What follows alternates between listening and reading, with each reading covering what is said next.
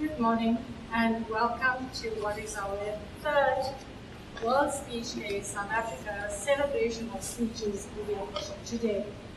When I started, or should I say, up until last year, when we had World Speech Day, I thought World Speech Day was going to be just one day a year when we all gather to share our thoughts and ideas on how we can make this world a better place. But since then, World Speech Day has evolved. And it has evolved in ways that can only be made possible when people of similar intention, similar energy, and a whole lot of wonderful creative ideas come together, be it our National Organizing Committee or the global WSD team. Now, since last year, we introduced World Speech Day Youth. Our coordinator is Nicolette Rox, sitting here, and Nicolette connected the Pretoria homeschool community with the school in Saltillo, Mexico. A month later, we had our youth from Sefako Makata, and we had youth from Teen Challenge who connected with the school in Devagano, Italy. Now, the whole idea is, yes, you can pick up your phone, you can connect, you can learn about any country and any culture throughout the world, but nothing can compare to that person-to-person human contact. And that is what we have through these experiences. And I have to say, ladies and gentlemen, for me, what was the most memorable moment was, and I don't know if you can remember this from those of you who were there from Sefako Makata, it was when our youth sang our national anthem to their counterparts in Italy. It was sung with such vibrancy and such pride. It left me absolutely overwhelmed and proud of our youth and the pride they had in our country.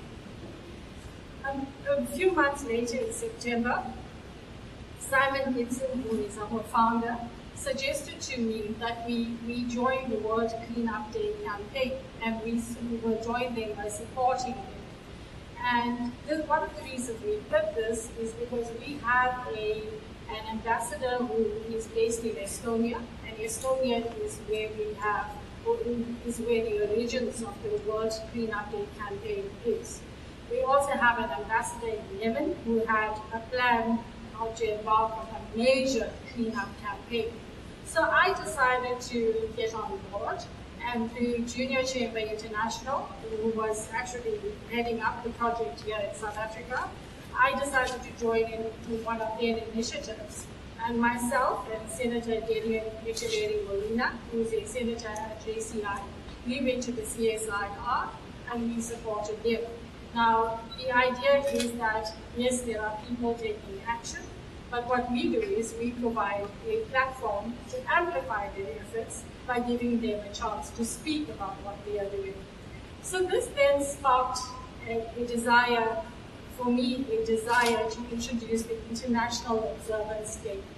Now this is for days. So this is where we, in accordance with the United Nations International Observance Days, we support organizations who are taking on activities for that day, and we do that by allowing them to use WSD as a platform to put a voice to their actions. And that's what we look forward to continuing with. In November last year, Alan Masamola, who's sitting here, an event organizer of WSD, he actually helped with the launch of World Speech Day podcast. And this is being done with Taxi FM, in partnership with Taxi FM. Now, the whole idea of the podcast is to give individuals an opportunity, and these are individuals who have done something slightly out of the ordinary, individuals who have a unique angle or perspective on life, to give them an opportunity to share their stories. I'm very happy to say that Mr. Baron Lakansi, who was one of the first people to engage in a podcast, is sitting here in our audience. So we plan to do more of that this year. Now, what I've mentioned to you, all of these activities, The purpose of it is to ensure that where I thought WSD was going to be in once a year event, instead it has now become a year-round dialogue, and we are finding new and interesting ways to keep it exciting and to keep it alive. So that is what we are planning to do. But naturally, as an organizing team and as a part of a larger global network, we are constantly defining and redefining the value of WSD. How do we ensure that WSD remains relevant and meaningful? Now for us, here in South Africa, is what we are doing today and how we plan to move forward from this. So today we are looking at how do we, as active South Africans here in South Africa, contribute to the realization of the United Nations Sustainable Development Goals as world citizens. Now, the United Nations Sustainable Development Goals were conceived in 2015, and the whole intention is to eliminate extreme poverty by the year 2030. And how do we become a part of this? Now, last year, you may recall, we all got caught up in the hype of the Nelson Mandela Centenary celebrations. The Global Citizen Festival was a culmination of these celebrations. And we, as ordinary South Africans, were encouraged to take actions which resulted in several nations contributing or pledging 100 billion rand towards causes in marginalized communities throughout the world. This event also served to highlight the pivotal role that we as ordinary South Africans play in promoting an awareness in contributing to the realization of these United Nations Sustainable Development Goals. It therefore seems only fitting that we continue these efforts and that we do so by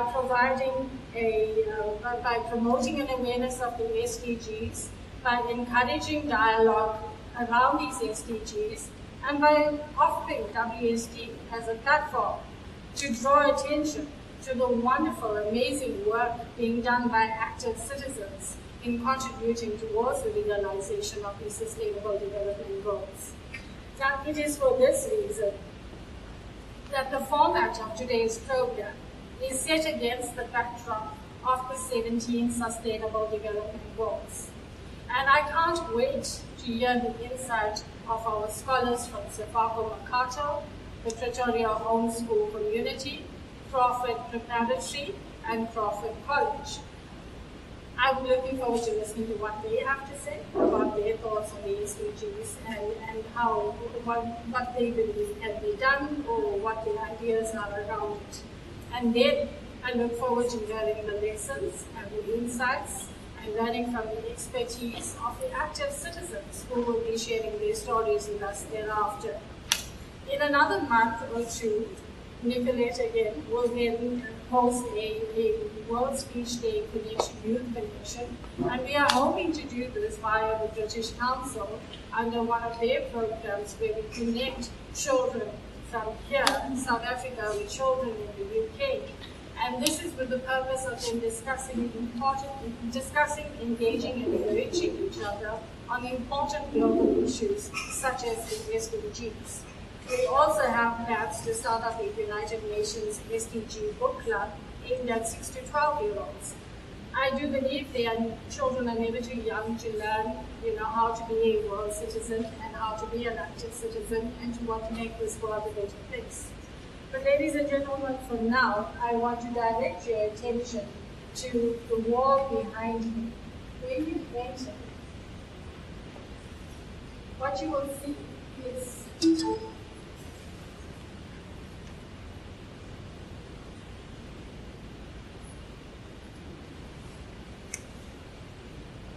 you may recall that when you walked in, we had walls I/O. Can you hear me? Yeah. Okay, now. Can you not hear anything? I said before. Okay.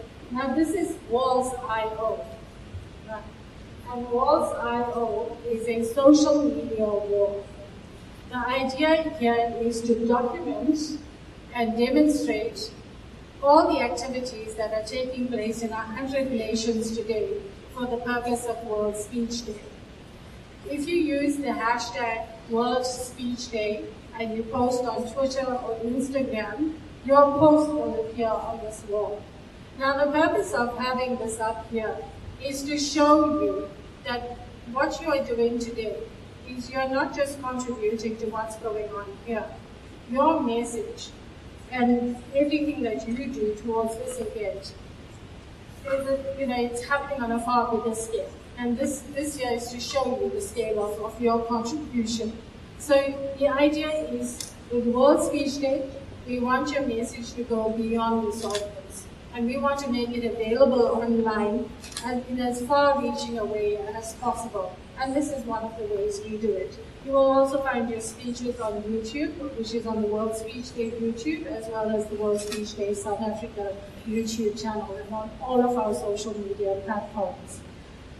For now, I also just want to say thank you on behalf of Simon Gibson and our global team. I want to thank our event organizers, David Ross, Kevin Masinola, and Nicolette Ross. I want to thank all of our speakers who are here today. And the idea is that some of you may not be here when we have the vote of thanks. And we want to thank the teachers, Mrs. Janet Becker, Mrs. Yvonne Reddy. We want to thank the principal, Mrs. Jane Sharame, for preparing the pupils to speak today.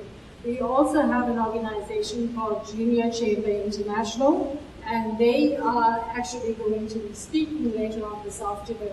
Junior Chamber International, or JCI, is actually a group of active citizens, or they belong to an organization of a group of active citizens who have been bringing about positive change in communities throughout the world for over 100 years. So we will have lots of insights from them. And then we have many other guest speakers as well that you will get to hear. For now, as always, we have a short message from Mr. Simon Gibson, which I will play for.